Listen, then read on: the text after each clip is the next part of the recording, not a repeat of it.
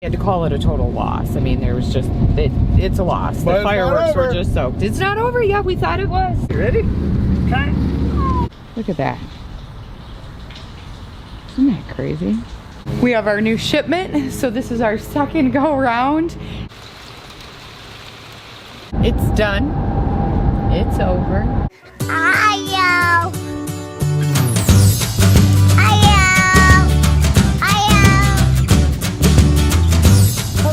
So, it is the next day, and we are headed into Dubuque to assess the damage. Another storm rolled through this morning, didn't it? Yeah. In Dubuque, so. And here. Yeah, and I slept through it, you guys. I was so tired. But we are headed in to assess the damage. We're meeting with the district or area manager for TNT.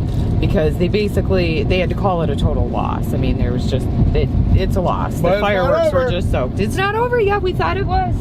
We thought it was. He's bringing in a team and a tent and some new product, and truck's on its way. We're gonna go at this again because we're just crazy like that.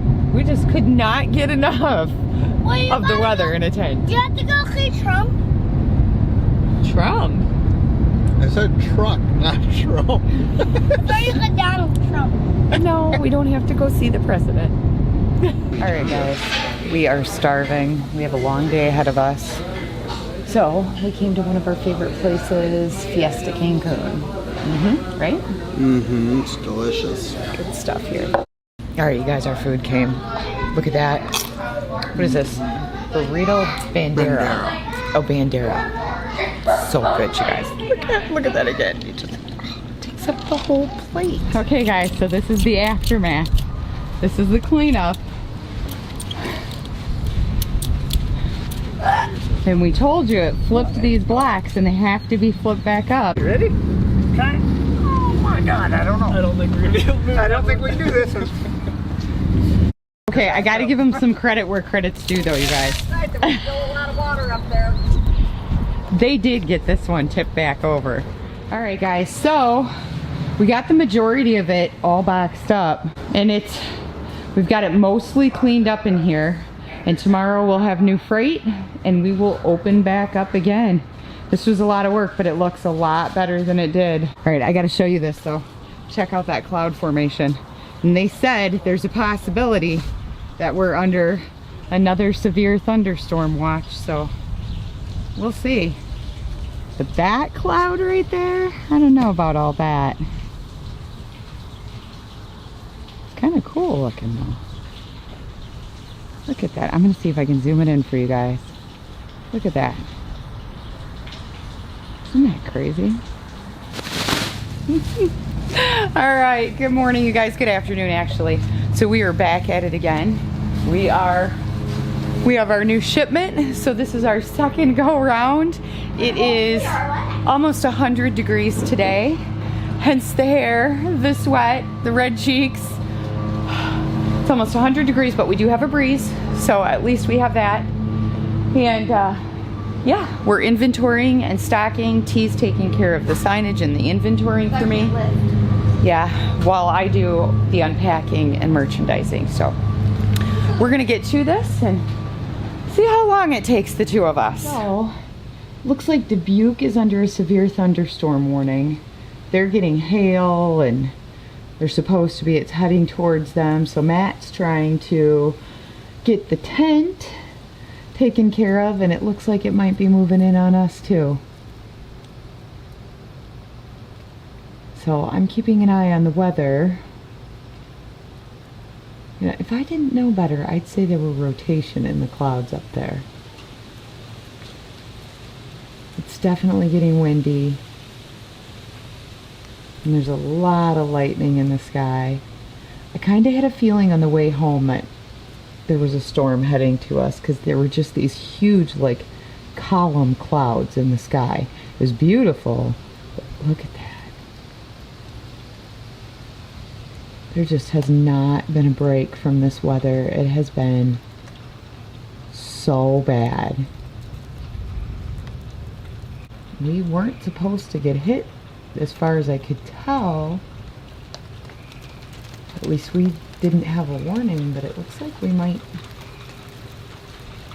be getting hit by this storm too. Lightning has been detected in your area.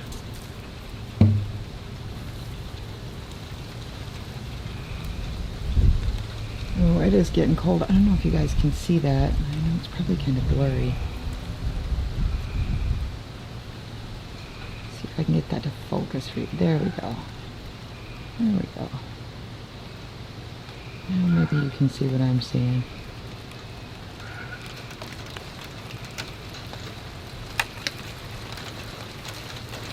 You know, I had the dogs outside and they started, wow. They started freaking out, so they actually let themselves in on the porch, so I knew something was going on.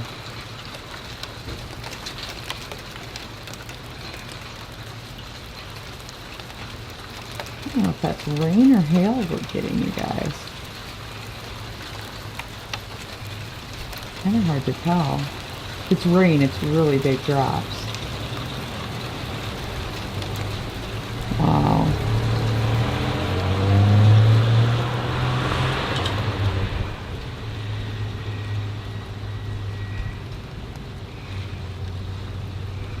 Man, there's so much lightning.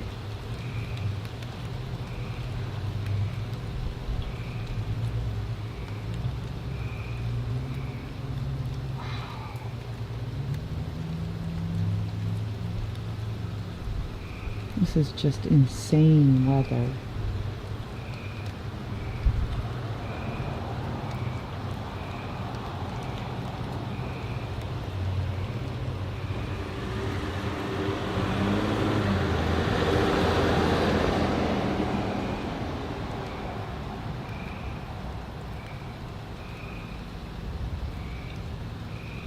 Oh, we just got the tent all set back up. I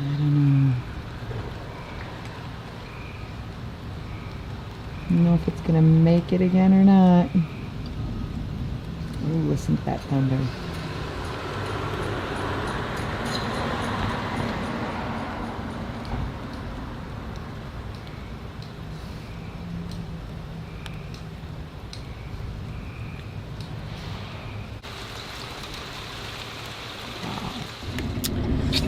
All right, good morning, everybody. So, we finished with our fireworks adventure, almost.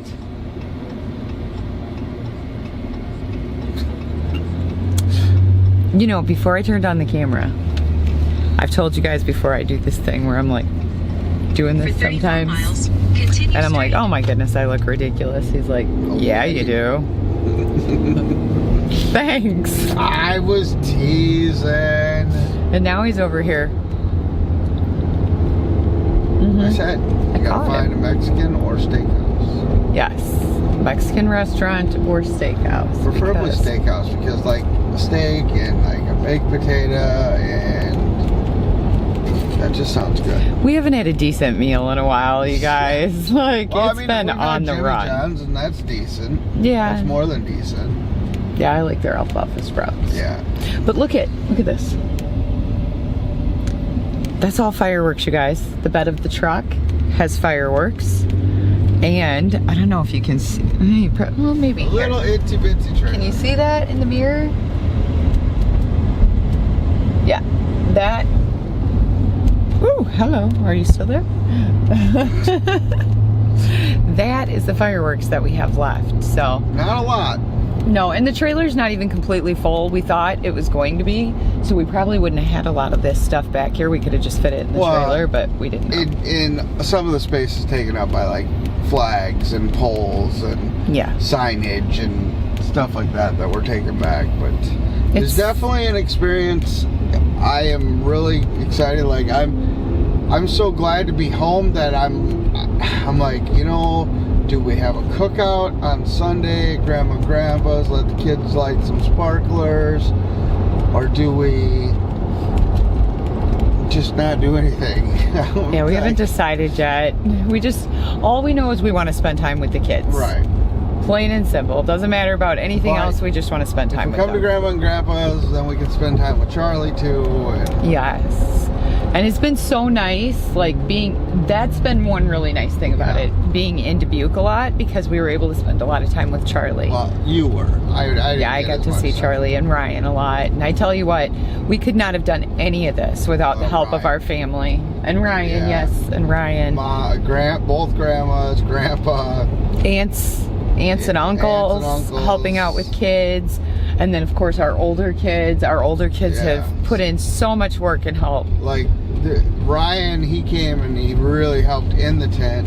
But Skylur, he really helped by staying with kids. Yes. And he bought them dinner several times. He's like, you know what? I'm sick of macaroni and cheese. And he's like, I'm just going to go get him something else. I think they went to Subway one day.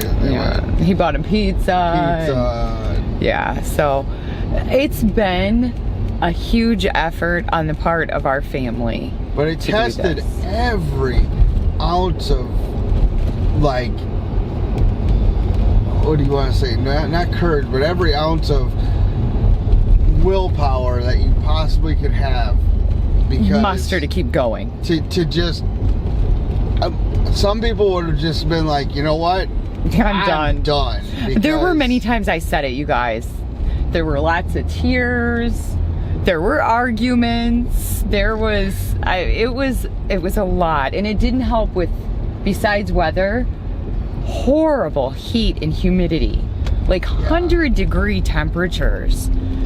So and I had to sleep in that, and I literally slept on a table because for the last 3 nights the air mattress got ruined, and it not by anybody's fault. Grandma Deb brought over a cot frame, and we thought, well, that's really nice and it'll get me up off the ground, but it popped the mattress. So then I went out and I got this chair that's like gigantic. It's so big, my feet don't even touch the ground. So then I like put another chair in front of me, and I slept that way for the last 3 days. And Charlie wants to steal the chair. Yeah, but Charlie doesn't know that we are getting her one. Go get her one. Yeah. She looks really funny in it, though. So we're driving a load of fireworks, and we have this guy that's deciding not to use his blinkers and just cut people off in front of us. And I'm thinking, you have no idea what the person behind you is driving like that. I found it really funny, though, talking about doing this, and we ran into a gentleman that works at one of the gas stations we frequent. He's a super nice guy, and he was talking about how he's been a pastor in his church for many years, and he was a youth pastor, and they were taking the kids on some like lake cabin retreat weekend to camp, and they stopped wherever they were. Fireworks were legal, and this was years ago, and the guy was closing up. It was after the 4th, and they made him an offer, and they bought everything he had left in his tent. And they got a couple hours down the road towards where they were going to go, and their van caught on fire. And his words were, "What a show." And I was like, I love that attitude. Like, one of the worst things that can happen, and he's like, "What a show." But their church van caught on fire with the fireworks in it. And that's insane. So we are off, and we're going to bring you on our adventure of returning our fireworks. To a hotel. Hopefully it's not an adventure. No, I hope it's real smooth, and I hope that at this point, like, they had said there'll be a team there to unload us, and I really hope that's the case, because I am done. Yes. We are ready to not be dealing with any fireworks. Unless we were lighting them off. Unless we're watching them. Yes. Which we plan on hopefully doing tomorrow night. Watching some. We'll see.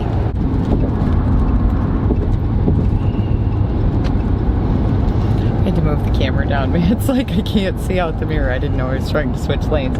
So we've made it to Evansdale, Iowa, right? Yeah, Waterloo, Evansdale. Yeah, that's as far as we are in our journey. It's a little overcast right now, but they said we're not supposed to get any storms today. Tuesday, Wednesday, we're supposed to get some storms. We're in Panther country.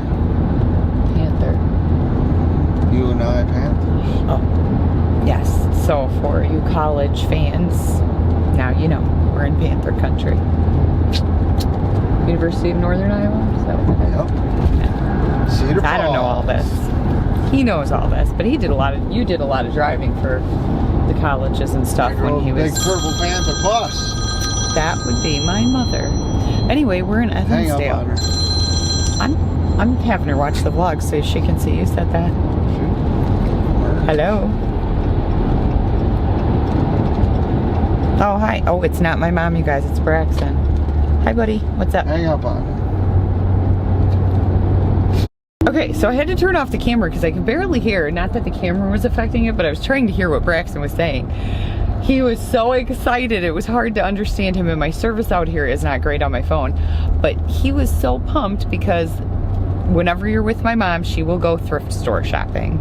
And they found a GameCube with all the hookups and everything. It had everything with it. Didn't have any games, but it had everything you would need. 2 controllers, I think he said, and all the hookups for $30 with 25% off. And so he is pumped. Me and Skylur have been dying to play Super Mario Sunshine. Yeah. So we're gonna have a GameCube again. Ooh, I hope we can find Eternal Darkness.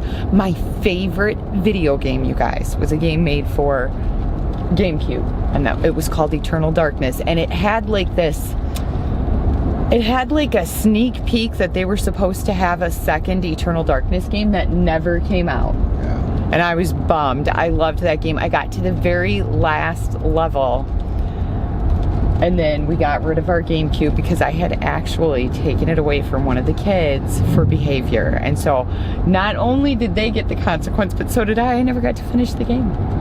But then we bought a 360 when they first came out, and people were talking about a new game that came out that was supposed to be like Eternal Darkness. Oh, Alan Wake? And it wasn't. Oh, it was so hard. Did you guys ever play Alan Wake? Let us know in the comments below. I ended up having to sell the game. I couldn't play it. It was so hard. I just didn't get into Alan Wake. Yeah.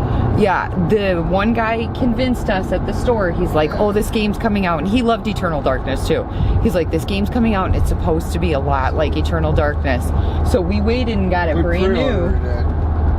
And then I only played like a stage of the game, and it was so hard that I was like, forget it. I can't do this. This is not like Eternal Darkness. But yeah, did you ever play Eternal Darkness? And if so, did you like it? Okay. It's done. It's over.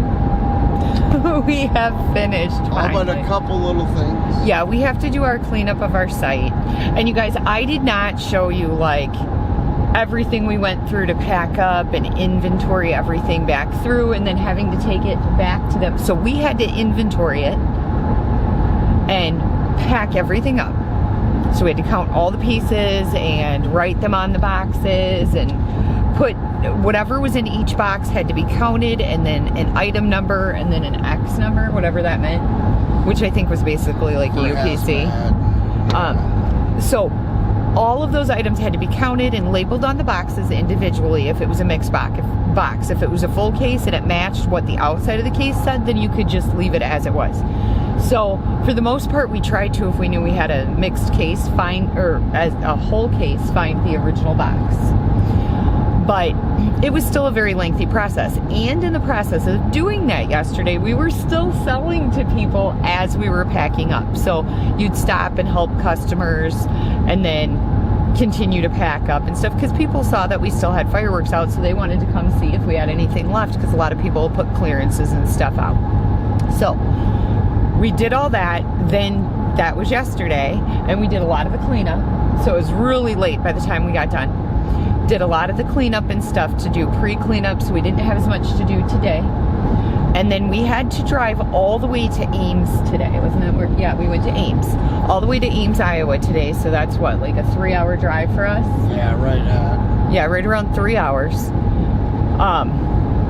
And then it had to be reprocessed. And you have to go through that whole process, and they count everything there. But they have a whole team to do it, so it doesn't take quite as long. But there were a lot of, because of our storm, there was a lot of paperwork issues that we had to deal with. So it took us 3 hours. just about 3 hours. It was Right real at close 3. to the 3 hour mark that it took to get through our processing part. But we're finally done, other than the last bit of cleanup so we can get, because we had to put a deposit on the site, and it's not a small deposit, it's like a $250 deposit.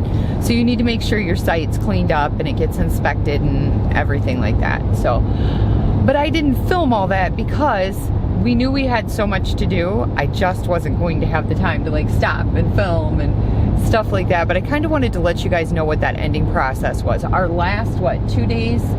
2 days of sales though, the weather was nice. It was super hot, and I'm talking 100-degree weather with lots of humidity. So Iowa's weather, and I know I've heard some people like in our comments when we say it's hot, and it could be like 75, 80 degrees and we'll say it's hot.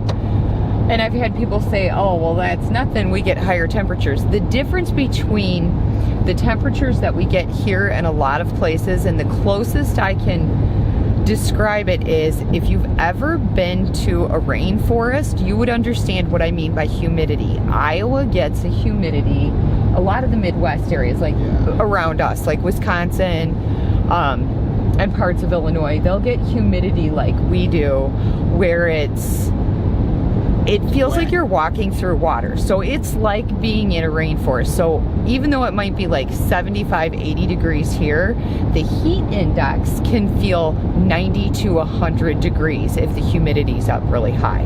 So when you're talking 100-degree weather, it can feel much, much hotter than that. It's like trying to breathe in water. Everything's wet. Yeah, everything's wet.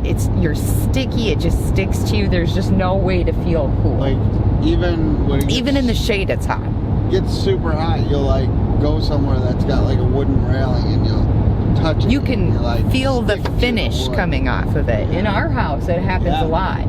I'll have to show you guys someday. I actually have to re-varnish my banister because we don't have central air in our house yet. It's just window air. So when it gets really hot and humid, the varnish on our banister has actually started to come off. And it gets real sticky. It'll stick to your hands. It's basically like sitting still, but you're sweating. Yeah. You don't have to be doing anything to sweat.